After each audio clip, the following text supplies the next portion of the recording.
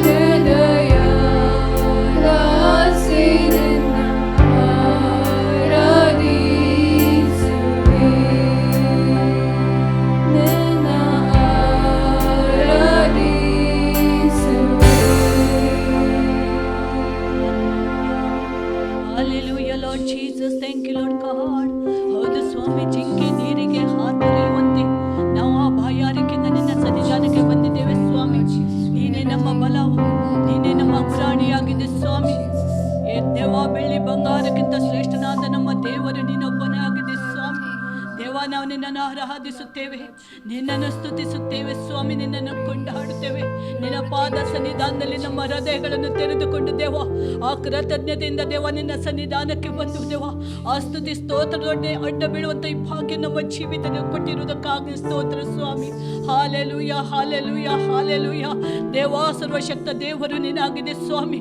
ಅಗಮ್ಯವಾದ ಬೆಳಕಿನಲ್ಲಿ ವಾಸಿಸುವಾತ ನಮ್ಮ ದೇವರು ನೀನಾಗಿದೆ ರಾಜ್ಯ. ನಿನ್ನ ಸನ್ನಿಧಾನದಲ್ಲಿ ದೇವ ನಿನ್ನನ್ನೇ ನಾವು ಆರಾಧಿಸುತ್ತೇವೆ ಸ್ವಾಮಿ, ನಿನ್ನನ್ನೊಬ್ಬನನ್ನೇ ನಾವು ಸ್ತುತಿಸುತ್ತೇವೆ ಸ್ವಾಮಿ. ನೀನೇ ನಮ್ಮ ಕರ್ತನ, ನಮ್ಮ ಒಡೆಯನಾಗಿದೆಯಪ್ಪ. ದೇವನಿಗೆ ಸ್ತೋತ್ರ. Hallelujah. Lord I thank you Jesus, thank you Lord God. Hallelujah. Lord I praise you Jesus Lord God. ನಿನ್ನನ್ನು ಆರಾಧಿಸುವವರ ಮೇಲೆ ದೇವ ನಿನ್ನ ಮಹಿಮೆಗೆ ಇಳಿದು ಬರಲಿ ಸ್ವಾಮಿ. ದೇವ ನೀನು ಅವರನ್ನು ಮುಟ್ಟು ಸ್ವಾಮಿ, ನೀನು ಅವರನ್ನು ಬಿಡುಗಡೆಗೊಳಿಸು ದೇವ. ಯಾವ್ಯಾವ ಬಂಧನದಲ್ಲಿ ಅವರಿದ್ದಾರೆ ಸ್ವಾಮಿ, ದೇವ ನಿನ್ನನ್ನು ಆರಾಧಿಸುವಾಗ ನಿಜವಾದ ಬಿಡುಗಡೆ ದೊರಕುವುದು ಸ್ವಾಮಿ. ಯಾಕೆಂದರೆ ನೀನು ಸರ್ವಶಕ್ತ ದೇವರು. ನಿನ್ನನ್ನು ಸತ್ಯದಿಂದಲೂ ಆತ್ಮದಿಂದಲೂ ಆರಾಧಿಸುವಾಗ ನೀನು ನಮ್ಮ ಮಧ್ಯದಲ್ಲಿ ಚಲಿಸುವಾದ ದೇವರು ನೀನಾಗಿದೆ ರಾಜ. ಯಾಕೆ ನಿನ್ನ ವಾಕ್ಯ ಸತ್ಯವಾಗಿದೆ, ಇಬ್ಬರು ಮೂವರು ನನ್ನ ನಾಮದಲ್ಲಿ ಸೇರಿ ಬರುವಾಗ ಅವರ ಮಧ್ಯದಲ್ಲಿ ನಾನು ಇದ್ದೇನೆ ಎಂಬುದಾಗಿ ವಾಗ್ದಾನ ಮಾಡಿದ ದೇವರು ನೀನು ನಮ್ಮ ಮಧ್ಯದಲ್ಲಿ ಇದ್ದಿ ಸ್ವಾಮಿ. ನಮ್ಮ ಮಧ್ಯದಲ್ಲಿ ಚಲಿಸ್ತಾ ಇದ್ದಿ, ನಮ್ಮನ್ನು ಬಿಡುಗಡೆಗೊಳಿಸ್ತಾ ಇದ್ದಿ, ನಮ್ಮ ಒಬ್ಬೊಬ್ಬರನ್ನು ಮಿಟ್ಟುತ್ತಾ ಇದ್ದಿ ಸ್ವಾಮಿ. ಪ್ರತಿಯೊಂದು ಮನಸ್ಸುಗಳಿಗೆ ನೀನು ಬಿಡುಗಡೆ ಕೊಡ್ತಾ ಇದ್ದಿ, ಸ್ವಸ್ಥತೆಯನ್ನು ಕೊಡ್ತಾ ಇದ್ದಿ ಸ್ವಾಮಿ. ದೇವ ನನ್ಗೆ ಸ್ತೋತ್ರ, ಸ್ತೋತ್ರ, ಸ್ತೋತ್ರ ರಾಜನಿಗೆ ಸ್ತೋತ್ರ. Hallelujah Lord, thank you Jesus, thank you Lord God. Hallelujah. ನಿಮ್ಮ ಹೃದಯದ ಯಾವುದೇ ಸಮಸ್ಯೆ ಈ ಸಮಯದಲ್ಲಿ ಇರುವುದಾದರೆ ಕರ್ತನ ಮುಂದೆ ಅರಿಕೆ ಮಾಡಿರಿ, ಕರ್ತನನ್ನೇ ದೃಷ್ಟಿಸಿರಿ. ಯಾಕೆಂದ್ರೆ ಆತನನ್ನು ನೋಡುವವರು ಎಂದಿಗೂ ಲಜ್ಜೆಗೆ ಒಳಪಡುವುದೇ ಇಲ್ಲ. ಆತನನ್ನು ನಿರೀಕ್ಷಿಸುವರು ಹೊಸ ಬಲವನ್ನು ಹೊಂದುವರು. ಅದನ್ನು ಆತನನ್ನೇ ನಿರೀಕ್ಷಿಸಿರಿ ಪ್ರಿಯರೇ, ಆತನನ್ನೇ ನಿರೀಕ್ಷಿಸಿರಿ. ಆತನಲ್ಲಿ ಮಾತ್ರ ಉಂಟು ಸ್ವಸ್ಥತೆ, ಆತನಲ್ಲಿ ಮಾತ್ರ ಉಂಟು ಬಿಡುಗಡೆ, ಆತನಲ್ಲಿ ನಮಗೆ ಪರಿಪೂರ್ಣವಾದ ಆರೋಗ್ಯ, ಶಾಂತಿ, ಸಮಾಧಾನ ಆತನಲ್ಲಿ ಮಾತ್ರ ಸಿಕ್ಕುವುದಾಗಿದೆ. ಸ್ತೋತ್ರ ಯೇಸುವೇ, ನಿನಗೆ ಸ್ತೋತ್ರ. ಹಾಲೆಲೂಯ. ನಿನ್ನ ಮುಟ್ಟಿದಕ್ಕಾಗಿ ಸ್ತೋತ್ರ. Thank you Jesus, thank you Holy Spirit of God. Hallelujah. I love you Jesus. Praise the Lord. ದೇವರ ನಮ್ಮ ಸ್ತೋತ್ರವಾಗಲಿ. ಇವತ್ತಿನ ಸಂದೇಶಕ್ಕೋಸ್ಕರವಾಗಿ ನಾವು ಕಣ್ಣು ಮುಚ್ಚಿಕೊಂಡು ಪ್ರಾರ್ಥನೆ ಮಾಡೋಣ. ಪರಲೋಕದಲ್ಲಿರುವ ತಂದೆ ದೇವರೇ, ಯೇಸು ಕ್ರಿಸ್ತನ ನಾಮದಲ್ಲಿ ನಾವು ನಿನ್ನ ಪಾದ ಸನ್ನಿಧಾನಕ್ಕೆ ನಾವು ಬರುತ್ತೇವೆ. ನಾವು ಧ್ಯಾನ ಮಾಡ್ತೇವೆ ಸಂದೇಶವನ್ನು. ನಿನ್ನ ಪವಿತ್ರಾತ್ಮದಲ್ಲಿ ಅಭಿಷೇಕಿಸು. ಪವಿತ್ರಾತ್ಮ ನಾನು ನಿನ್ನ ಸ್ವಾಗತಿಸ್ತೇನೆ. ನಮ್ಮ ಒಳ್ಳೆಯ ಬೋಧಕರು ನೀನು ಆಗಿದ್ದಿ. ಈ ಸಂದೇಶದ ಮುಖಾಂತರ ಪವಿತ್ರ ಜನರ ಸಂಗಡ ಮಾತನಾಡು. ಈ ವಾಗ್ನ ಕೇಳುವರ ಪ್ರತಿಯೊಂದು ಆತ್ಮಗಳಿಗೆ ಜೀವವನ್ನು, ಪ್ರೋತ್ಸಾಹವನ್ನು, ಭಕ್ತಿ ಅಭಿವೃದ್ಧಿಯನ್ನು ಮತ್ತು ಸಂತೈಸುವಿಕೆಯನ್ನು ಉಂಟು ಮಾಡಬೇಕು ನಾನು ಬೇಡಿಕೊಳ್ತೇನೆ ಯೇಸು ಕ್ರಿಸ್ತ ನಾಮದಲ್ಲಿ. ಆಮೇನ್. ಇವತ್ತನ್ನು ಧ್ಯಾನ ಮಾಡ್ತೇವೆ ರೋಮಾಪುರದವರಿಗೆ ಬರೆದ ಪತ್ರಿಕೆ 2ನೇ ಅಧ್ಯಾಯದಲ್ಲಿ 7ನೇ ವಾಕ್ಯ. Romans chapter 2:7. ಯಾರು ಪ್ರಭಾವ, ಮಾನ, ನಿರ್ಲಯತ್ವಗಳನ್ನು ಹೊಂದಬೇಕೆಂದು ಒಳ್ಳೆಯದನ್ನು ಬೇಸರಗೊಳ್ಳದೆ ಮಾಡುತ್ತಾರೋ ಅವರಿಗೆ ನಿತ್ಯ ಜೀವವನ್ನು ಕೊಡುವನು. ಅಪೊಸ್ತಲನು ಹೇಳ್ತಾನೆ, ಯಾರು ಪ್ರಭಾವ, ಮಾನ, ನಿರ್ಲಯತ್ವಗಳನ್ನು ಹೊಂದಬೇಕೆಂದು ಒಳ್ಳೆಯದನ್ನು ಬೇಸರಗೊಳ್ಳದೆ ಮಾಡುತ್ತಾರೋ ಅವರಿಗೆ ನಿತ್ಯ ಜೀವವನ್ನು ಕೊಡುವನು. ಹಾಗಾದರೆ ಇದರ ಅರ್ಥ ಏನು? ನಿತ್ಯ ಜೀವವನ್ನು ದೇವರು ಕೊಡಬೇಕಾದರೆ ಪ್ರಭಾವ, ಮಾನ, ಪ್ರೇರೆ ಆ ಒಳ್ಳೆಯದನ್ನು ಮಾಡಬೇಕು. ಅದು ಏನು ಇದು ಅರ್ಥ ಎಂಬುದೇನೋ ಅತಿ ವಿವರ ನೋಡೋ ಪ್ರೇರೆ. ಮೊದಲನೇ ಸಂಗತಿ ನೋಡ್ತೇವೆ, ಯೇಸು ಕ್ರಿಸ್ತನಲ್ಲಿ ನಂಬಿಕೆ ಇಟ್ಟ ಪ್ರತಿಯೊಬ್ಬರು ಅಥವಾ ರಕ್ಷಣೆ ಹೊಂದಿದ ಪ್ರತಿಯೊಬ್ಬರು ಸತ್ಕಾರ್ಯಗಳನ್ನು ಮಾಡುವವರು ಆಗಬೇಕು. ನಾವು ನೋಡ್ತೇವೆ ಎಫೆಸದವರಿಗೆ ಬರೆದ ಪತ್ರಿಕೆ 2ನೇ ಅಧ್ಯಾಯದಲ್ಲಿ 8ರಿಂದ 10ನೇ ವಾಕ್ಯ ತನಕ. ಎಫೆಸದವರಿಗೆ ಬರೆದ ಪತ್ರಿಕೆ 2ನೇ ಅಧ್ಯಾಯದಲ್ಲಿ 8ರಿಂದ 10ನೇ ವಾಕ್ಯ ತನಕ. ಎಫೆಸಿಯನ್ಸ್ 2:8-10. ನಂಬಿಕೆಯ ಮೂಲಕ ಕೃಪೆಯಿಂದಲೇ ರಕ್ಷಣೆ ಹೊಂದಿದವರಾಗಿದ್ದೀರಿ. ಆ ರಕ್ಷಣೆಯು ನಿಮ್ಮಿದುಂಟದ್ದಲ್ಲ, ಅದು ದೇವರ ವರವೇ. ಅತಿ ಸ್ಪಷ್ಟತೆ, ಯಾರು ಯೇಸು ಕ್ರಿಸ್ತನ ಮೇಲೆ ನಂಬಿಕೆ ಇಡುತ್ತಾರೋ, ಆತನ ಕರ್ತನ ಒಡೆಯಂಗೀಕಾರ ಮಾಡುತ್ತಾರೋ ಆ ನಂಬಿಕೆ ಮುಖಾಂತರ ಪ್ರತಿಯೊಬ್ಬರು ನಿತ್ಯ ಜೀವವನ್ನು ಅಥವಾ ರಕ್ಷಣೆಯನ್ನು ಹೊಂದಿಕೊಂಡಿದ್ದೀರಿ. ಅದು ದೇವರು ಕೊಡುವ ವರ ಎಂಬುದೇ ಅತಿ ಸ್ಪಷ್ಟ ಹೇಳ್ತಾರೆ. ಮತ್ತು 9ನೇ ವಾಕ್ಯದಿದೆ, ಅದು ಪುಣ್ಯಕ್ರಿಯೆಗಳಿಂದ ಉಂಟಾದದ್ದಲ್ಲ, ಆದ್ದರಿಂದ ಹೊಗಳಿಕೊಳ್ಳುವುದಕ್ಕೆ ಯಾರಿಗೂ ಆಸ್ಪದವಿಲ್ಲ. ಬರ್ತದೆ ಆ ನಿತ್ಯ ಜೀವ ವರವನ್ನು ನಿಮ್ಮ ಯಾವ ಪುಣ್ಯಕ್ರಿಯೆಗಳಿಂದ ಅದು ಉಂಟಾದಲ್ಲ, ಅದು ದೇವರು ಕೊಡುವ ವರ ಎಂಬುದಾಗಿ ಅಪೊಸ್ತಲನಲ್ಲಿ ಹೇಳುತ್ತಾನೆ. ಅದಕ್ಕೆ ಯಾರಿಗೂ ಹೊಗಳಿಕೊಳ್ಳುವುದಕ್ಕೆ ಆಸ್ಪದವಿಲ್ಲ. 10ನೇ ವಾಕ್ಯ, ನಾವು ಆತನ ನಿರ್ಮಾಣ ಸತ್ಕಾರ್ಯಗಳನ್ನು ಮಾಡುವುದಕ್ಕಾಗಿಯೇ ಕ್ರಿಸ್ತ ಯೇಸುವಿನಲ್ಲಿ ಸೃಷ್ಟಿಸಲ್ಪಟ್ಟೆವು. ಅಪೊಸ್ತಲನು ಹೇಳ್ತಾನೆ, ಈ ರಕ್ಷಣೆಯಿಂದ ಪ್ರತಿಯೊಬ್ಬರು ಸತ್ಕ್ರಿಯೆಗಳನ್ನು ಮಾಡುವುದಕ್ಕಾಗಿಯೇ ಕ್ರಿಸ್ತ ಯೇಸುವಿನಲ್ಲಿ ಸೃಷ್ಟಿಯಲ್ಲಿ ಪಟ್ಟಿವೆ. ಒಂದರ್ಥ ಯೇಸು ಕ್ರಿಸ್ತನಲ್ಲಿ ನಂಬಿಕೆ ಇಟ್ಟವರು, ನೀಲಿ ಮುಳುಗಿ ಅಂತಕೊಂಡವರು, ರಕ್ಷಣೆ ಪ್ರತಿಯೊಬ್ಬರು ಸತ್ಕಾರ್ಯ ಮಾಡುವವರೇ ಆಗಬೇಕು ಎಂಬುದಾಗಿ ದೇವರ ಚಿತ್ತ ಎಂಬುದಾಗಿ ಅಪೊಸ್ತಲನು ಹೇಳ್ತಾನೆ. ಮತ್ತು ನಾವು ಸತ್ಕಾರ್ಯಗಳನ್ನು ನಡೆಸುವವರಾಗಿ ಬದುಕಬೇಕು. ದೇವರು ನಮ್ಮನ್ನು ಮೊದಲೇ ನೇಮಿಸಿದನು. ಇಲ್ಲಿ ಅತಿ ಸ್ಪಷ್ಟ ಅಪೊಸ್ತಲನು ಹೇಳ್ತಾನೆ, ಯೇಸು ಕ್ರಿಸ್ತನ ಯಾರು ನಂಬಿಕೆ ಇಡುತ್ತಾರೋ, ಯಾರು ನೀಲಿ ಮುಳುಗಿ ದೃಷ್ಟಾಂತಕೊಂಡು ರಕ್ಷಣೆಯನ್ನು ಹೊಂದುತ್ತಾರೋ, ದೇವರ ಚಿತ್ತವಾಗಿದೆ. ಅವರು ಬರೀ ರಕ್ಷಣೆ ಒಂದು ಮಾತ್ರ ಅಲ್ಲ, ಅವರೆಲ್ಲರೂ ನಂಬಿಕೆ ಮುಖಾಂತರ ಸತ್ಕೈಯನ್ನು ಮಾಡುವರಾಗಬೇಕೆಂಬುದೇ ದೇವರು ಮೊದಲೇ ನೇಮಿಸಿದನು ಎಂಬುದಾಗಿ ಹೇಳ್ತದೆ.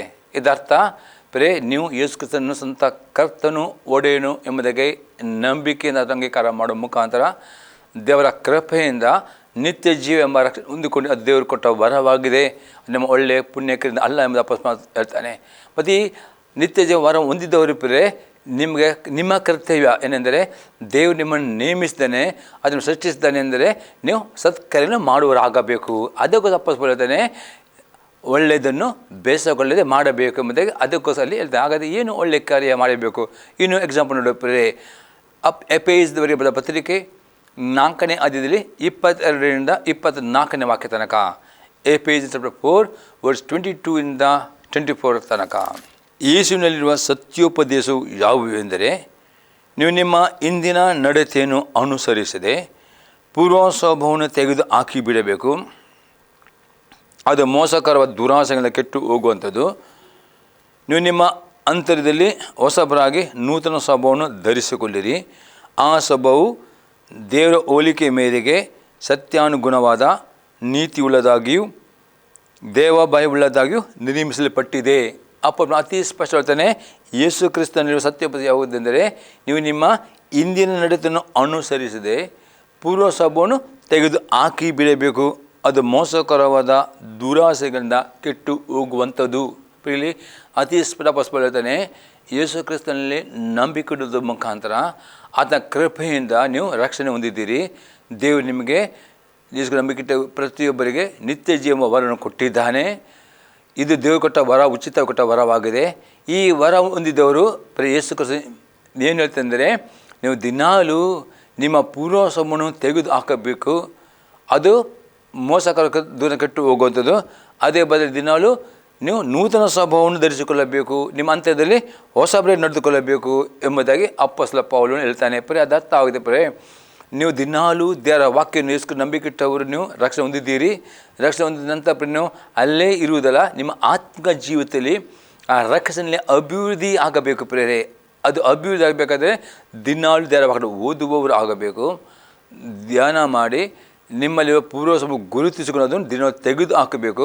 ಮತ್ತು ದೇವರ ವಾಕ್ಯನ ವಿಧಿರಾಗಿ ನಡೆದುಕೊಂಡು ಅಂತರದಲ್ಲಿ ನೂತನ ಸ್ವಭಾವ ಧರಿಸಿಕೊಳ್ಳಬೇಕು. ಅದು ದೇವರ ಹೋಲಿಕೆ ಮೇರೆಗೆ ಸತ್ಯಾನುಗುಣವಾಗಿ ದೇವರ ಭಯಗಳಿಗೆ ಅದು ನಿರ್ಮಿಸ್ತದೆ ಎಂಬುದೇ ಅಪೊಸ್ತಲ ಪೌಲನು. ಇದು ಆಗಿದೆ ಒಳ್ಳೆಯ ಕಾರ್ಯ, ಸತ್ಕಾರ್ಯ. ಇದು ಅದಾದ ನೀವು ಎಷ್ಟು ನಂಬಿಕೆ ಇಡುವುದರ ಮುಖಾಂತರ ರಕ್ಷಣೆ ಹೊಂದಿದ್ದೀರಿ. ಅದು ನಿಮ್ಮ ಪೂರ್ವ ಸ್ವಭಾವ ಅದು ಕೆಟ್ಟ ಸ್ವಭಾವ, ಅದು ಪಾಪದ ಸ್ವಭಾವ. ಅದನ್ನು ದಿನಾಲೂ ವಾಕ್ಯ ತೆಗೆದು ಹಾಕಿಕೊಂಡು ದೇವರ ವಾಕ್ಯ ವಿಧಿರಾಗಿಕೊಂಡು ನಡೆಯುವುದೇ ಅದು ಸತ್ಕಾರ್ಯ, ಅದು ಒಳ್ಳೆಯ ಕ್ರಿಯೆಗಳು. ಇದು ಮಾಡುವಾಗ ದೇವರಿಗೆ ಮಹಿಮೆ ಬರ್ತದೆ. ನೀವು ದೇವರ ಮಕ್ಕಳಾಗಿ ನಿಮ್ಮ ಫಲಗಳಿಂದ ನೀವು ತೋರಿಸಿಕೊಳ್ಳುತ್ತೀರಿ. ನೀವು ದೇವರ ಮಕ್ಕಳು ಎಂಬುದಾಗಿ ನೀತಿಯ ಫಲಗಳು ತೋರಿ ಬರ್ತದೆ. ಅದಕ್ಕೆ ಈ ರೀತಿಯ ಸತ್ಕಾರ್ಯಗಳು ಮಾಡುವವರಾಗಬೇಕು ಎಂಬುದಾಗಿ ದೇವರು ನಿಮ್ಮನ್ನು ನೇಮಿಸಿದ್ದಾನೆ ಎಂಬುದ ಪುಸ್ತಕದಲ್ಲಿ ಹೇಳುತ್ತಾನೆ. ಇನ್ನೊಂದು ವಾಕ್ಯ ನಾವು ನೋಡ್ತೇವೆ, ತೀತನಿಗೆ ಬರೆದ ಪತ್ರಿಕೆ 2ನೇ ಅಧ್ಯಾಯದಲ್ಲಿ 11ರಿಂದ 13ನೇ ವಾಕ್ಯ ತನಕ. Titus chapter 2 verse 11 to 13. ಯಾಕೆಂದರೆ ಎಲ್ಲ ಮನುಷ್ಯರಿಗೆ ರಕ್ಷಣೆ ಉಂಟು ಮಾಡುವ ದೇವರ ಕೃಪೆಯು ಪ್ರತ್ಯಕ್ಷವಾಯಿತು. ನಾವು ಭಕ್ತಿಹೀನತೆಯನ್ನು ಲೋಕದ ಆಶಯಗಳನ್ನು ವಿಸರ್ಜಿಸಿ ಭಾಗ್ಯಕರವಾದ ನಿರೀಕ್ಷೆಯನ್ನು, ಅಂದರೆ ಮಹಾದೇವರ ಮತ್ತು ನಮ್ಮ ರಕ್ಷಕನಾದ ಯೇಸು ಕ್ರಿಸ್ತನ ಪ್ರಭಾವದ ಪ್ರತ್ಯಕ್ಷತೆಯನ್ನು ಎದುರು ನೋಡುತ್ತಾ ಈ ಲೋಕದಲ್ಲಿ ಸ್ವತಚಿತ್ತರಾಗಿಯೂ ನೀತಿವಂತರಾಗಿಯೂ ಭಕ್ತಿಯುಳ್ಳವರಾಗಿಯೂ ಬದುಕಬೇಕೆಂದು ನಿಮಗೆ ಬೋಧಿಸುತ್ತದೆ. ಅಪೊಸ್ತಲ ಪೌಲನು ಪುನಃ ಇಲ್ಲಿ ತೀತನಿಗೆ ಹೇಳ್ತಾನೆ, ಯೇಸು ಕ್ರಿಸ್ತನು 2000 ವರ್ಷದ ಮೊದಲು ಈ ಬೋಲಕ್ಕೆ ಬಂದು ಸತ್ತು ಮೂರನೇ ಜೀವನ ಎದ್ದುಕೊಂಡು ತಂದೆಯ ಬಲಗಳಲ್ಲಿ ಕುಳಿತುಕೊಂಡಿದ್ದಾನೆ. ಯಾರು ನಂಬಿಕೆ ಇಡುತ್ತಾರೆ ಅವರಿಗೆ ನಿತ್ಯ ಕೊಟ್ಟಿದ್ದಾನೆ.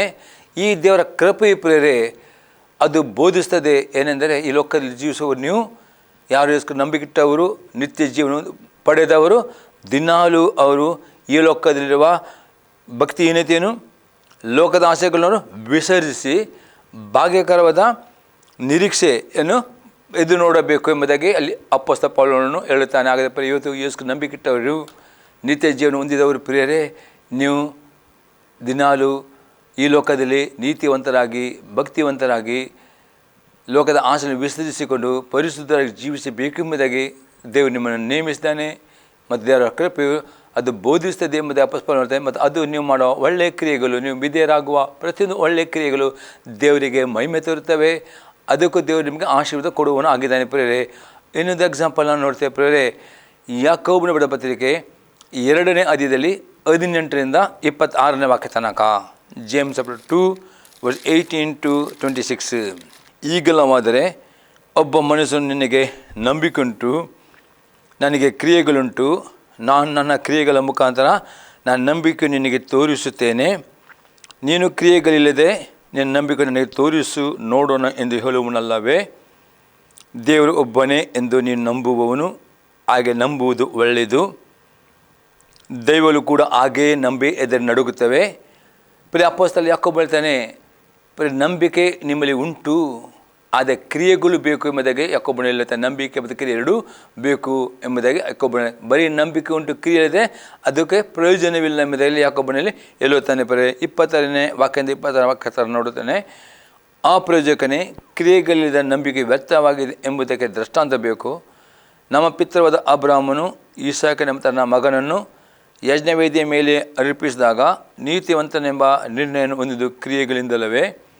ಅವನ ನಂಬಿಕೆಯು ಕ್ರಿಯೆಗಳಿಂದ ಪ್ರವರ್ತಿಸಿ ಆ ಕ್ರಿಯೆಗಳಿಂದಲೇ ಸಿದ್ಧಿಗೆ ಬಂತೆಂಬುದು ಕಾಣಬರುತ್ತದಲ್ಲ.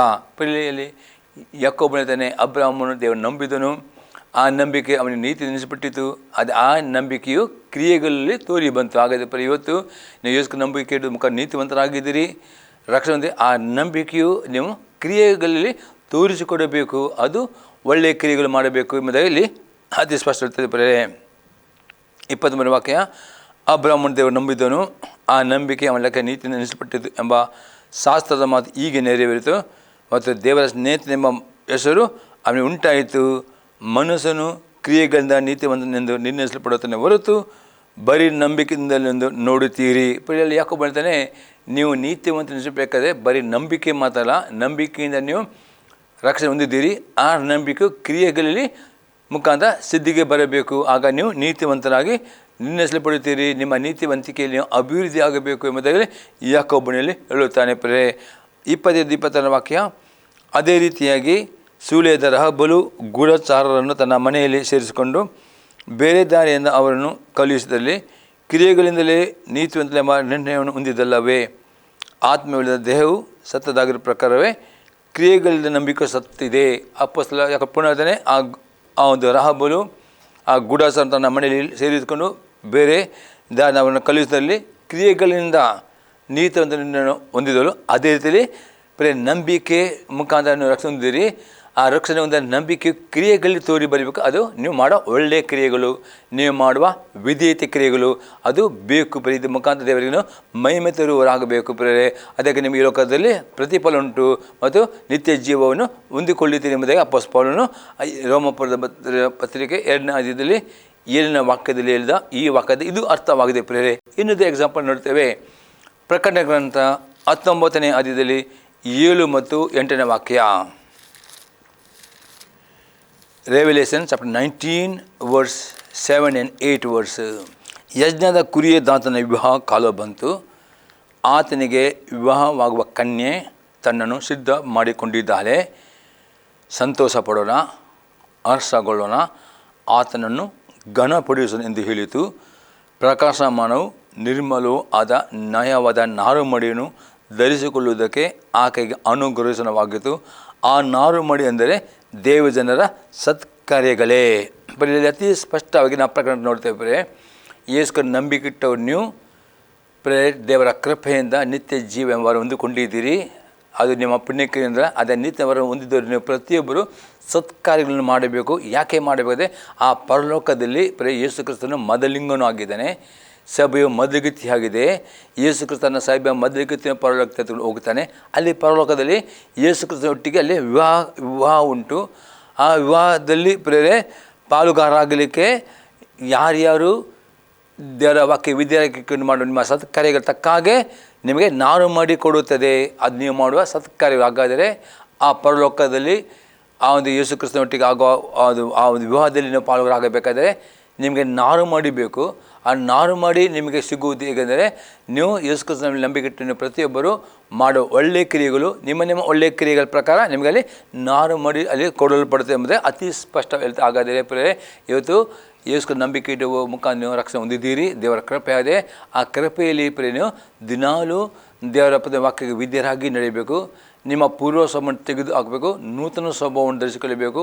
ಆಗ ದಿನೇ ದಿನೇ ನೀವು ದೇವರ ಭಯವುಳ್ಳವರಾಗ್ತೀರಿ, ನೀತಿವಂತರಾಗಿ ಜೀವಿಸ್ತೀರಿ, ಒಳ್ಳೆಯ ಕಾರ್ಯಗಳು ಮಾಡ್ತೀರಿ. ಈ ಮಾಡಿಬಿಡ್ತೀವಿ ಒಳ್ಳೆಯ ಕಾರ್ಯಗಳಿಗೆ ಇಲ್ಲಿ ನಿಮಗೆ ಪ್ರಯೋಜನ ಉಂಟು, ಪರಲೋಕದಲ್ಲಿ ನಿಮಗೆ ಅದರ ಪ್ರತಿಫಲ ಉಂಟು. ಅದರಲ್ಲಿ ನೀವು ಯೇಸು ಕ್ರಿಸ್ತನ ವಿವಾಹದಲ್ಲಿ ಪಾಲುಗಾರರಾಗಲಿಕ್ಕೆ ನಿಮಗೆ ಬೇಕಾದ ನಾರುಮಡಿ ಆ ದಿನ ಸಿಗುತ್ತದೆ ಎಂಬುದಾಗಿ ಇಲ್ಲಿ ಅತಿ ಸ್ಪಷ್ಟವಾಗಿ ನಾವು ನೋಡುತ್ತೇವೆ. ಅದಕ್ಕೋಸ್ಕರ ಇವತ್ತು ನೀವು ಯಾರು ನಂಬಿಕೆ ಇಟ್ಟಿದ್ದೀರಿ ಪ್ರೇರೆ, ನಿತ್ಯನು ಹೊಂದಿಕೊಂಡಿದ್ದೀರಿ ಬರೇ ನಿಮ್ಮ ನಂಬಿಕೆಯಲ್ಲಿ ಅಭಿವೃದ್ಧಿ ಆಗಬೇಕು, ನೀತಿಯ ಕೃತ್ಯಗಳನ್ನು ಮಾಡುವರಬೇಕು, ಒಳ್ಳೆಯ ಕಾರ್ಯಗಳು ಮಾಡಬೇಕು. ಅದಕ್ಕೆ ದೇವರ ವಾಕ್ಯಕ್ಕೆ ವಿಧಿಯಾಗಿ ನಡೆಯಿರಿ ಬರೇ. ಅದು ಅತಿ ಅಗತ್ಯವಾಗಿದೆ. ಯಾಕಂದರೆ ಪರಲೋಕದಲ್ಲಿ ಆ ವಿವಾಹ ಕಾಲದಲ್ಲಿ ಪಾಲುಗಾರರಾಗಬೇಕಾದ್ರೆ ನೀವು ಸತ್ಕಾರ್ಯ ಆ ಪ್ರಕಾರ ನಿಮಗೆ ನಾರು ಮಡಿ ಸಿಗ್ತದೆ. ಅದಕ್ಕೆ ಆ ನಾರು ಮಡಿ ಸಿಗಬೇಕಾದ್ರೆ ಸತ್ಕಾರ್ಯ ಮಾಡಬೇಕು ಎಂಬುದೇ ಇಲ್ಲಿ ಪ್ರಕರಣ 19ರಲ್ಲಿ 8ನೇ ವಾಕ್ಯದಲ್ಲಿ ಅತಿ ಸ್ಪಷ್ಟದಲ್ಲಿದೆ.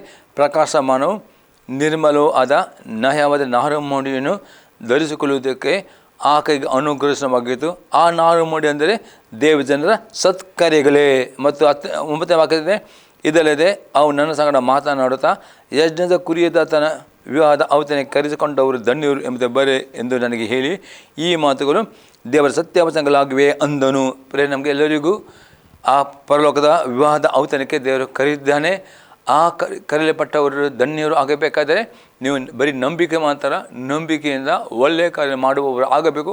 ನಿಮಗೆ ಆ ಮದುವೆಯಲ್ಲಿ ಪಾಲುರಾಗಿ ಆ ನಾರು ಧರಿಸಬೇಕಾದರೆ ಎಂಬುದರಲ್ಲಿ ಅತಿ ಸ್ಪಷ್ಟವಾಗದೆ ಇವತ್ತು ನೀವು ನಂಬಿಕೆ ಇಟ್ಟು ಪ್ರತಿಯೊಬ್ಬರು ದಿನದರವಾಗಿ ಓದುವ ಅಭ್ಯಾಸ ಮಾಡಿರಿ, ವಾಕ್ಯಕ್ಕೆ ವಿಧೇಯರಾಗಿರಿ, ಒಳ್ಳೆಯ ಕಾರ್ಯಗಳನ್ನು ಮಾಡಿರಿ. ನಿಮಗೆ ಪ್ರತಿಫಲ ಇಲ್ಲಿ ಭೂಲೋಕದಲ್ಲಿ ಉಂಟು, ಪರಲೋಕದಲ್ಲಿಯೂ ಪ್ರತಿಫಲ ಉಂಟು ಎಂಬುದಾಗಿ ನಾವು ನೋಡ್ತೇವೆ. ತೀತನಿಗೆ ಬರೆದ ಪತ್ರಿಕೆ 3ನೇ ಅಧ್ಯಾಯದಲ್ಲಿ 8ನೇ ವಾಕ್ಯ. ತೀತನಿಗೆ ಬರೆದ ಪತ್ರಿಕೆ 3ನೇ ಅಧ್ಯಾಯದಲ್ಲಿ 8ನೇ ವಾಕ್ಯ. ದೇವರಲ್ಲಿ ನಂಬಿಕೆ ಇಟ್ಟಿರುವವರು ಸತ್ಕ್ರಿಯೆಗಳನ್ನು ಮಾಡುವುದರಲ್ಲಿ ಜಾಗರೂಕರಾಗಿರುವಂತೆ ನೀನು ಈ ಎಲ್ಲ ಮಾತುಗಳನ್ನು ದೃಢವಾಗಿ ಹೇಳಬೇಕೆಂದು ಅಪೇಕ್ಷಿಸುತ್ತೇನೆ. ಈ ಉತ್ತಮವು ಮನುಷ್ಯರಿಗೆ ಪ್ರಯೋಜನಕರ ಆಗಿದೆ. ಅಪ್ಪಸ್ತಲ ಪೌಲ್ ಹೇಳ್ತಾನೆ, ಯಾರು ಯೇಸು ನಂಬಿಕೆ ಇಡುತ್ತಾರೋ ಅವರೆಲ್ಲರೂ ಸತ್ಕ್ರಿಯೆಗಳನ್ನು ಜಾಗರೂಕವಾಗಿ ಮಾಡಬೇಕೆಂಬುದಾಗಿ ಹೇಳುತ್ತಾನೆ. ಮತ್ತು ಇದು ಮಾಡುವವರಿಗೆ ಅದು ಉತ್ತಮವು ಮನುಷ್ಯ ಪ್ರಯೋಜನಕರವೂ ಆಗಿದೆ ಎಂಬುದನ್ನು ನಾವು ನೋಡ್ತೇವೆ. ಪುನಃ ತಿಮ್ಮೋತಿಯಲ್ಲಿ ನಾವು ನೋಡ್ತೇವೆ 4ನೇ ಅಂದರೆ ಅದೇ ಈಯದಲ್ಲಿಯೂ ಪರದಲ್ಲಿಯೂ ಅದಕ್ಕೆ ಪ್ರತಿಫಲ ಉಂಟು, ಜೀವವಾಗದೆ ಉಂಟಾಗದೆ. ಪ್ರೇರೆ ನೀವು ಏನು ಒಳ್ಳೆಯ ಕ್ರಿಯೆ ಇಲ್ಲಿಯೂ ನಿಮಗೆ ಪ್ರತಿಫಲ ಸಿಗುತ್ತೆ, ಪರಲೋಕದಲ್ಲಿಯೂ ನಿಮಗೆ ಪ್ರತಿಫಲ ಉಂಟು. ಪ್ರೇರೆ 2ನೇ ಸಂಗತಿಯನ್ನು ನೋಡ್ತೇವೆ, ನಂಬಿಕೆಯ ಓಟವನ್ನು ಓಡುವವರು ಆಗಬೇಕು. ಇಬ್ರಿಯವರೆಗೆ ಬರೆದ ಪತ್ರಿಕೆ 12ನೇ ಅಧ್ಯಾಯದಲ್ಲಿ 1ರಿಂದ 3ನೇ ವಾಕ್ಯ ತನಕ. Hebrews chapter 12, 1-3. ಆದ ಕಾರಣ ಇಷ್ಟು ಮಂದಿ ಸಾಕ್ಷಿಯರು ಮೇಘದೋಪಾದಿಯಲ್ಲಿ ನಮ್ಮ ಸುತ್ತಲೂ ಇರುವುದರಿಂದ ನಮಗೆ ಅಭ್ಯಂತರ ಮಾಡುವ ಎಲ್ಲ ಭಾರವನ್ನು ಹತ್ತಿಕೊಳ್ಳುವ ಪಾಪವನ್ನು ನಾವು ಸಹ ತೆಗೆದಿಟ್ಟು ನಂಬಿಕೆಯನ್ನು ಹುಟ್ಟಿಸನ್ನು ಪೂರೈಸುವವನು ಆಗಿರುವ ಯೇಸುವಿನ ಮೇಲೆ ದೃಷ್ಟಿ ಇಟ್ಟು ನಮಗೆ ನೇಮಕದ ಓಟವನ್ನು ಸ್ಥಿರಚಿತ್ತದಿಂದ ಓಡೋಣ. ಆತ ತನ್ನ ಮುಂದೆ ಇಟ್ಟಿದ್ದ ಸಂತೋಷಕ್ಕೋಸ್ಕರ ಅವಮಾನವನ್ನು ಅಲಕ್ಷ್ಯ ಮಾಡಿ ಶಿಲುಬೆಯ ಮರಣವನ್ನು ಸಹಿಸಿಕೊಂಡು ದೇವರ ಸಿಂಹಾಸನ ಬಲಗಡೆಯಲ್ಲಿ ಆಸನ ರೂಢನಾಗಿದ್ದಾನೆ. ನೀವು ಮನಗುಂದಿದವರಾಗಿ ಬೇಸರಗೊಳ್ಳದಂತೆ ಆತನನ್ನು ಆಲೋಚಿಸಿರಿ. ಆತನು ಪಾಪಿಗಳಿಂದೆಷ್ಟೋ ವಿರೋಧವನ್ನು ಸಹಿಸಿಕೊಂಡನು. ಅಪೊಸ್ತಲ ಹೇಳ್ತಾನೆ, ಇಷ್ಟು ಮಂದಿ ಮೇಘದೋಪಾಯದಲ್ಲಿ ಸಾಕ್ಷಿಗಳು ಎಂದರ್ಥ. ಯಾರು ಮೇಲೆ ನಂಬಿಕೆಟ್ಟು ಸತ್ತು ಹೋಗಿದ್ದಾರೆ ಅವರೆಲ್ಲರೂ ಆತ್ಮ ಇವತ್ತು ಪರಲೋಕದಲ್ಲಿ ಸಾಕ್ಷಿಯಾಗಿ ಇದ್ದಾರೆ. ಅದೇ ಅಪೊಸ್ತಲನು ಹೇಳ್ತಾನೆ, ಇಷ್ಟು ಮಂದಿ ಸಾಕ್ಷಿಯರು ಮೇಘದೋಪಾಯದಲ್ಲಿ ಇರುವುದರಿಂದ ನಮಗೆ ಅಭ್ಯಂತರ ಮಾಡಿ ಎಲ್ಲ ಭಾರವನ್ನು ಹತ್ತಿಕೊಳ್ಳುವ ಪಾಪವನ್ನು ಸಹ ತೆಗೆದುಬಿಟ್ಟು ನಂಬಿಕೆ ಹುಟ್ಟಿಸ ಪುರುಷನಾಗಲು ಯೇಸುವಿನ ಮೇಲೆ ದೃಷ್ಟಿತ್ತು ಅದು ನಿಮಗೆ ನೇಮಕದ ಓಟವನ್ನು ಓಡಬೇಕು. ಆಗದೆ ನಂಬಿಕೆ ಮುಖಾಂತರ ನೀವು ರಕ್ಷಣೆ ಹೊಂದಿದ್ದೀರಿ. ದೇವರು ಕೊಟ್ಟ ವರವಾಗಿದೆ. ಅದರ ಪ್ರತಿಯೊಬ್ಬರು ನಂಬಿಕೆಯಲ್ಲಿ ಅಭಿವೃದ್ಧಿ ಆಗಬೇಕು.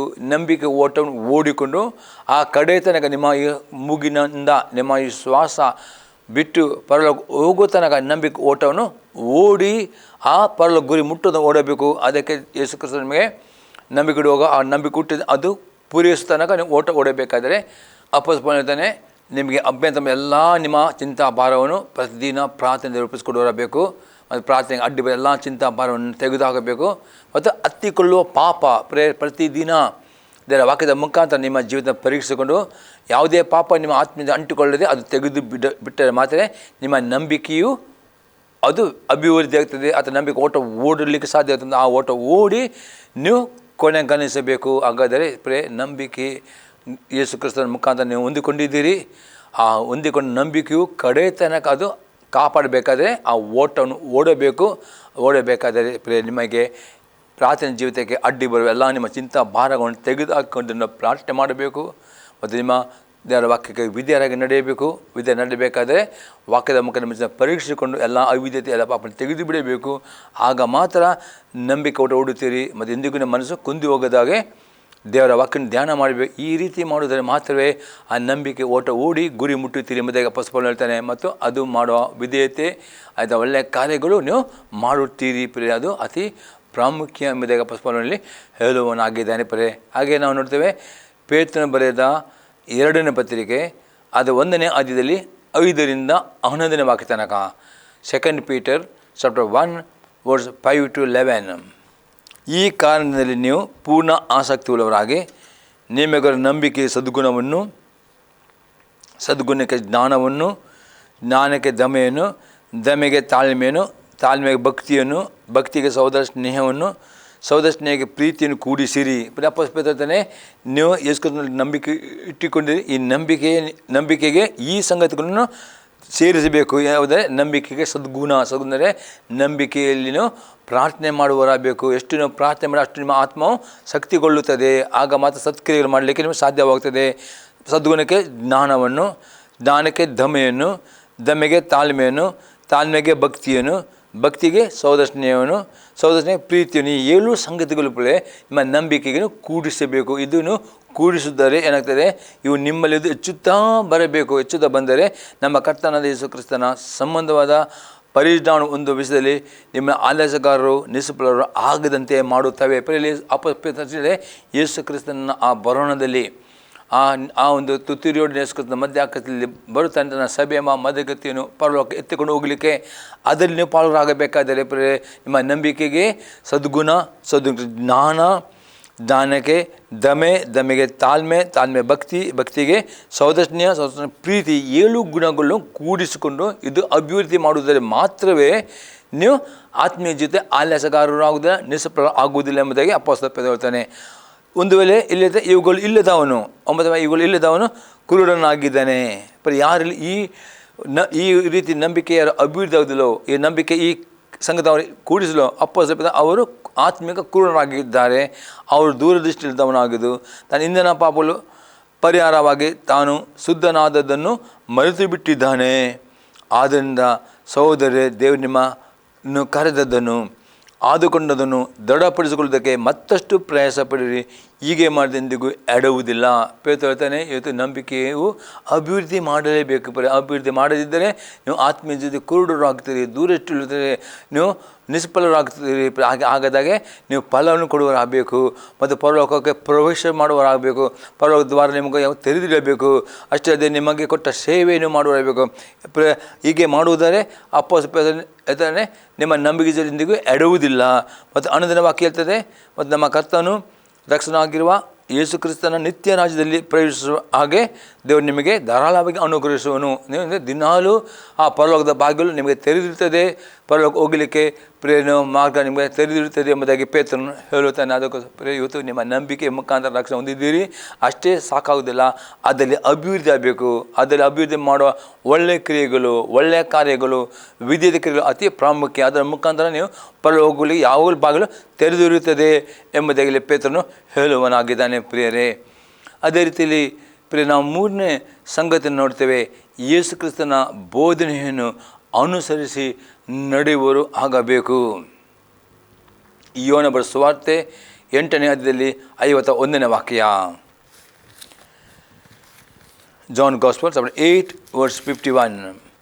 ನಿಮಗೆ ನಿಜ ನಿಜ ಹೇಳುತ್ತೇನೆ, ಯಾವನಾದರೂ ನನ್ನ ವಾಕ್ಯವನ್ನು ಕೈಕೊಂಡು ನಡೆದರೆ ಅವನು ಎಂದಿಗೂ ಸಾವನ್ನು ಕಾಣುವುದಿಲ್ಲ ಅಂದನು. ಯೇಸು ಕ್ರಿಸ್ತ ತಾನು ಅತಿ ಸ್ಪಷ್ಟ ಹೇಳ್ತಾನೆ, ನೀವು ಬರೀ ಯೇಸು ನಂಬಿಕೆ ಕೊಡೋದು ಮಾತ್ರ ಅಲ್ಲ, ನಂಬಿಕೆ ಕೊಡುವ ರಕ್ಷಣೆ ಹೊಂದಿದ್ದೀರಿ. ಅದು ನಿಮ್ಮ ಆತ್ಮ ಸಾಧ್ಯಂತೆ ಪ್ರತಿದಿನ ದೇವರ ಆಜ್ಞೆಗಳಿಗೆ ಇದರ ವಾಕ್ಯ ವಿಧೇಯರಾಗಿ ನಡೆಯುವುದಾದರೆ ಎಂದು ನಿಮ್ಮ ಆತ್ಮ ಸಾಯುವುದಿಲ್ಲ ಎಂಬುದಾಗದೆ ಪರಿ. ಇವತ್ತು ನೀವು ಹೊಂದಿದ್ದ ರಕ್ಷಣೆಯನ್ನು ಕಡೆತನ ಕಾಪಾಡಿಕೊಳ್ಳಬೇಕಾದರೆ ನಿಮ್ಮ ಆತ್ಮ ಪುನರುತ್ಥಾನ ಹೊಂದಿದೆ. ಆ ಹೊಂದಿದ್ದ ಜೀವನ ಕಾಪಾಡಿ ದಿನಾಲೂ ದೇವರ ವಾಕ್ಯ ಓದುವವರು, ಧ್ಯಾನಿಸುವವರು, ಅದನ್ನು ಕೈಕೊಂಡು ನಡೆಯುವವರು ಆಗಬೇಕು. ಆಗ ಎಂದಿಗೂ ನಿಮ್ಮ ಆತ್ಮ ಸಾಯುವುದಿಲ್ಲ ಎಂಬುದು ಯೇಸು ಕ್ರಿಸ್ತ ಹೇಳುತ್ತಾನೆ ಪ್ರೇರೆ. ಇನ್ನೊಂದು ಎಕ್ಸಾಂಪಲ್ ನಾವು ನೋಡ್ತೇವೆ ಪ್ರೇರೆ. 1ನೇ ಯೋನ ಬರೆದ ಪತ್ರಿಕೆ 2ನೇ ಅಧ್ಯಾಯದಲ್ಲಿ 28ನೇ ವಾಕ್ಯ. First John chapter 2 verse 28. ಪ್ರಿಯರಾದ ಮಕ್ಕಳೇ, ಆತನ ಪ್ರತ್ಯಕ್ಷನಾಗುವಾಗ ನಾವು ಆತನ ಆಗಮನದಲ್ಲಿ ಆತನ ಮುಂದೆ ನಿಲ್ಲಲು ನಾಚಿಕೆ ಪಡೆದೆ ಧೈರ್ಯದಿಂದಿರುವಂತೆ ಆತನಲ್ಲಿ ನೆಲೆಗೊಂಡಿರೋಣ. ಅಲ್ಲಿ ಅಪೊಸ್ತಲ ಯೋನ ಅತಿ ಸ್ಪಷ್ಟತೆಯೇ ಪ್ರಿಯರೇ, ಪ್ರಿಯದ ಮಕ್ಕಳೇ, ಆತನ ಪ್ರತ್ಯೇಕ ಅಂದರೆ ಯೇಸು ಕ್ರಿಸ್ತನು ಆ ರ್ಯಾಪ್ಚರ್ನಲ್ಲಿ 7 ವರ್ಷದ ಟ್ರಿಬ್ಯುಲೇಜ್ ಪೀರಿಯಡ್ ಉಂಟಾಗುವಂಥ ಮೊದಲು, ಅಂತೂ ಕ್ರಿಸ್ತನ ಬರೋಕ್ಕಿಂತ ಮೊದಲು ರ್ಯಾಪ್ಚರ್ ಆಗಬೇಕು ಪ್ರಿಯರೇ. ರ್ಯಾಪ್ಚರ್ ಆದ ಇಮಿಡಿಯೇಟ್ 7 ವರ್ಷ ಟ್ರಿಬ್ಯುಲೇಜ್ ಪೀರಿಯಡ್ ಇರುತ್ತದೆ. ಆ ನಂತರ 2ನೇ ಬರೋಣ. ಅದು ಇಲ್ಲಿ ಅಪೊಸ್ತಲ ಯೋಹನ ಹೇಳ್ತಾನೆ ಪ್ರಿಯರೇ, ಯೇಸು ನಂಬಿಕೆ ಇಟ್ಟವರ ಪ್ರತಿಯೊಬ್ಬರಿಗೆ ಆ ಒಂದು ರ್ಯಾಪ್ಚರ್, ಆ ಒಂದು ಮೇಘ ವಿಮಾನದಲ್ಲಿ ಎತ್ತಿಕೊಂಡು ಹೋಗಲಿಕ್ಕೆ ಯೇಸು ಕ್ರಿಸ್ತನ ಬರುವಾಗ ಆತ ಪಾಲ್ಗೊಳ್ಳಬೇಕಾದ್ರೆ ಆಗಬೇಕಾದ್ರೆ, ಪ್ರಿಯದ ಮಕ್ಕಳೇ, ಆತನು ಪ್ರತ್ಯಕ್ಷನಾಗುವಾಗ ನಾವು ಆತನ ಆಗಮನದಲ್ಲಿ ಆತನ ನಿಲ್ಲಲು ನಾಚಿಕೆ ಪಡೆ ಧೈರ್ಯದಿರುವಂತೆ ಆತನಲ್ಲಿ ನೆಲೆಗೊಂಡಿರೋಣ. ಅದರ್ಥ ನೀವು ಬರೀ ನಂಬಿಕೆ ಇಟ್ಟಿದ್ದೀರಿ, ನಿತ್ಯ ಜೀವ ನಿಮಗೆ ಸಿಕ್ಕಿದೆ, 100% ಸತ್ಯ. ಅದೇ ದೇವರ ವಾಕ್ಯಕ್ಕೆ ನೀವು ವಿಧೇಯರಾಗಬೇಕು. ಯಾವುದ್ಯಾರು ವಿಧೇಯರಾಗ್ತೀರೋ ಆ ಒಂದು ರ್ಯಾಪ್ಚರ್ನಲ್ಲಿ ಆಚೆ ಬರುವಾಗ ನೀವು ಎಂದಿಗೂ ನಾಚಿಕೆ ಒಳಪಡುವುದಿಲ್ಲ, ನೀವು ಅದರಲ್ಲಿ ಪಾಲುಗಾರಾಗುತ್ತೀರಿ ಎಂಬುದಾಗಿ ಅಪ್ಪೊಸ್ತಲ ಪೌಲನು ಹೇಳ್ತಾನೆ. ಹಾಗಾದರೆ ಇವತ್ತು ಯೇಸು ಕ್ರಿಸ್ತನು ತನ್ನ ಸಭೆ ಎಂಬ ಮಧ್ಯಗತಿಯನ್ನು 7 ವರ್ಷ ಮೊದಲು ಎತ್ತಿಕೊಂಡು ಹೋಗಲಿ ಬರುತ್ತಾನೆ. ಅದಕ್ಕೆ ರ್ಯಾಪ್ಚರ್ ಹೇಳ್ತಾನೆ. ಈ ರ್ಯಾಪ್ಚರ್ನಲ್ಲಿ ಪಾಲ್ಗೊಳ್ಳಬೇಕಾದ್ರೆ ಯೇಸು ನಂಬಿಕೆ ಇಟ್ಟ ಪ್ರತಿಯೊಬ್ಬರು ಆತನ ಉಪದೇಶದಲ್ಲಿ, ಅಂದರೆ ಯೇಸು ಕ್ರಿಸ್ತನ ಉಪದೇಶವನ್ನು ಕೈಕೊಂಡು ನಡೆಯುವುದಾದರೆ ಅಂಥವರೆಂದಿಗೂ ನಾಚಿಕೊಳ್ಳುವುದಿಲ್ಲ ಎಂಬುದಾಗಿ ಅಪೊಸ್ತಲ ಯೋಹನನು ಇಲ್ಲಿ ಹೇಳುತ್ತಾನೆ ಪ್ರಿಯರೇ. ಇನ್ನೊಂದು ಎಕ್ಸಾಂಪಲ್ ನಾವು ನೋಡ್ತೇವೆ ಪ್ರಿಯರೇ. ಫಿಲಿಪ್ಪಿಯವರಿಗೆ ಬರೆದ ಪತ್ರಿಕೆ 2ನೇ ಅಧ್ಯಾಯದಲ್ಲಿ 12ನೇ ವಾಕ್ಯ. Philippians 2 verse 12. ಈಗಿರುವಲ್ಲಿ ನನ್ನ ಪ್ರಿಯರೇ, ನೀವು ನನ್ನ ಮಾತನ್ನು ಯಾವಾಗಲೂ ಕೇಳಿದಂತೆ ಈಗಲೂ ಕೇಳಿರಿ. ನಾನು ನಿಮ್ಮಲ್ಲಿರುವಾಗ ಮಾತ್ರವಲ್ಲದೆ ನಾನಿಲ್ಲದಿರುವಾಗಲೂ ಬಹು ಹೆಚ್ಚಾಗಿ ಮನೋಭೀತಿಯಿಂದ ನಡುಗುವವರಾಗಿ ನಿಮ್ಮ ರಕ್ಷಣೆಯನ್ನು ಸಾಧಿಸಿಕೊಳ್ಳಿರಿ. ಅತಿ ಸ್ಪಷ್ಟತೆ, ನಿಮ್ಮ ರಕ್ಷಣೆಯನ್ನು ದಿನಾಲು ಭಯ ಭಕ್ತಿಯಿಂದ ನಡುಗಿಕೊಂಡು ಕಾಪಾಡಿಕೊಳ್ಳಬೇಕು ಪ್ರೇರೆ ಎಂಬುದಾಗಿ ಆಗದ ಇವತ್ತು ಯೇಸು ಕ್ರಿಸ್ತನು ನಿಮಗೆ ರಕ್ಷಣೆ ಕೊಟ್ಟಿದ್ದಾನೆ, ನಿತ್ಯದ ಕೊಟ್ಟಿದ್ದ, ಅದನ್ನು ಕಾಪಾಡಿಕೊಳ್ಳಬೇಕು. ನೀವು ಅದನ್ನು ಕಾಪಾಡಿಕೊಳ್ಳಬೇಕಾದ್ರೆ ದೇವರ ವಾಕ್ಯಕ್ಕೆ ವಿಧೇಯರಾಗಿ ನಡೆಯಬೇಕು. ವಿಧೇಯರಾಗಿ ನಡೆಯುವುದಾದರೆ 100% ಆ ನಿತ್ಯ ಜೀವನ ಕಾಪಾಡಿಕೊಳ್ಳುತ್ತೀರಿ, ನಿತ್ಯ ಜೀವಕ್ಕೆ ಪಾಲರಾಗುತ್ತೀರಿ ಎಂಬುದಾಗಿ ಅಪೊಸ್ತಲ ಪೌಲನು ಇಲ್ಲಿ ಅತಿ ಸ್ಪಷ್ಟವಾಗಿ ಹೇಳುತ್ತಾನೆ ಪ್ರೇರೆ. ಈಗ 4ನೇ ಸಂಗತಿ ನೋಡ್ತೇವೆ, ಪವಿತ್ರಾತ್ಮನುಸಾರ ನಡೆಯುವವರು ಆಗಬೇಕು. ಗಲಾತ್ಯದವರಿಗೆ ಬರೆದ ಪತ್ರಿಕೆ 5ನೇ ಅಧ್ಯಾಯದಲ್ಲಿ 6ರಿಂದ 24ನೇ ವಾಕ್ಯ. ನಾನು ಹೇಳುವುದೆಂದರೆ ಪವಿತ್ರಾತ್ಮನನ್ನು ಅನುಸರಿಸಿ ನಡೆದುಕೊಳ್ಳಿರಿ, ಆಗ ನೀವು ಶರೀರಭಾವದ ಅಭಿಲಾಷ ಇಷ್ಟು ಮಾತ್ರ ನೆರವೇರಿಸುವುದಿಲ್ಲ. ಯಾಕಂದರೆ ಶರೀರಭಾವ ಅಭಿಲಾಷಿಸುವುದು ಆತ್ಮ ವಿರುದ್ಧವಾಗಿದೆ, ಆತ್ಮ ಅಭಿಲಾಷ ಶರೀರಭಾವಕ್ಕೆ ವಿರುದ್ಧವಾಗಿದೆ. ನೀವು ಮಾಡಲು ಇಚ್ಛಿಸಿದನ್ನು ಮಾಡದಂತೆ ಇವು ಒಂದಕ್ಕೊಂದು ಹೋರಾಡುತ್ತವೆ. ಅದು ನೀವು ಆತ್ಮ ನಡೆಸಿಕೊಳ್ಳುವವರಾದರೆ ನೇಮನಿಷ್ಠೆಗೆ ಅಧೀನರಲ್ಲ. ಶರೀರಭಾವದ ಕರ್ಮಗಳು ಪ್ರಸಿದ್ಧವಾಗಿವೆ. ಅವೇ ಯಾವುದೆಂದರೆ ಜಾರತ್ವ, ಬಂಡುತನ, ನಾಚಿಕೆಗೇಡಿತನ, ವಿಗ್ರಹಾರಾಧನೆ, ಮಾಟ, ಹಗೆತನ, ಜಗಳ, ಹೊಟ್ಟೆಕಿಚ್ಚು, ಸಿಟ್ಟು, ಕಕ್ಷಭೇದ, ಭಿನ್ನಮತ, ಮತ್ಸರ, ಕುಡಿಕಿತನ, ದುಂದುತನ ಇಂಥವುಗಳೇ. ಇವುಗಳ ವಿಷಯದಲ್ಲಿ ಇಂಥ ಕಾರ್ಯಗಳು ನಡೆಸುವವರು ದೇವರಾಜ್ಯಕ್ಕೆ ಬಾಧ್ಯರಾಗುವುದಿಲ್ಲವೆಂದು ನಾನು ಹಿಂದೆ ಹೇಳಿದಂತೆಯೇ ಈಗಲೂ ನಿಮ್ಮನ್ನು ಎಚ್ಚರಿಸುತ್ತೇನೆ.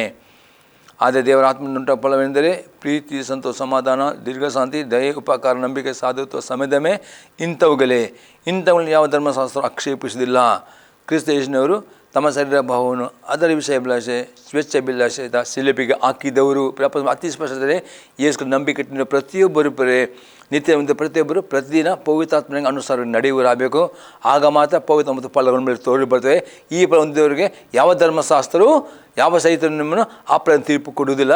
ಮತ್ತು ಇಂಥವರು ಆ ನಿತ್ಯ ಜೀವನ ಪಡೆದುಕೊಳ್ಳುತ್ತೀರಿ. ಮತ್ತು ಈ ಮತ್ತು ಫಲಗಳನ್ನ ಮಾಡಲ್ಲ ಒಳ್ಳೆಯ ಕ್ರಿಯೆಗಳು ನಿಮ್ಗೆ ಅಲ್ಲಿ ಧಾರೆ ಸಿರಿಯಾಗಿ ಅಲ್ಲಿ ಜರ ಸಿರಿಯಾಗಿ ಅಲ್ಲಿ ಆ ಮದುವೆ ಪರಲೋಕದ ಮದುವೆಗೆ ನಿಮಗೆ ಅದು ಸೀರೆ ಆಗಿ ಸಿಗುತ್ತದೆ ಎಂಬುದನ್ನು ನೋಡ್ತೇವೆ.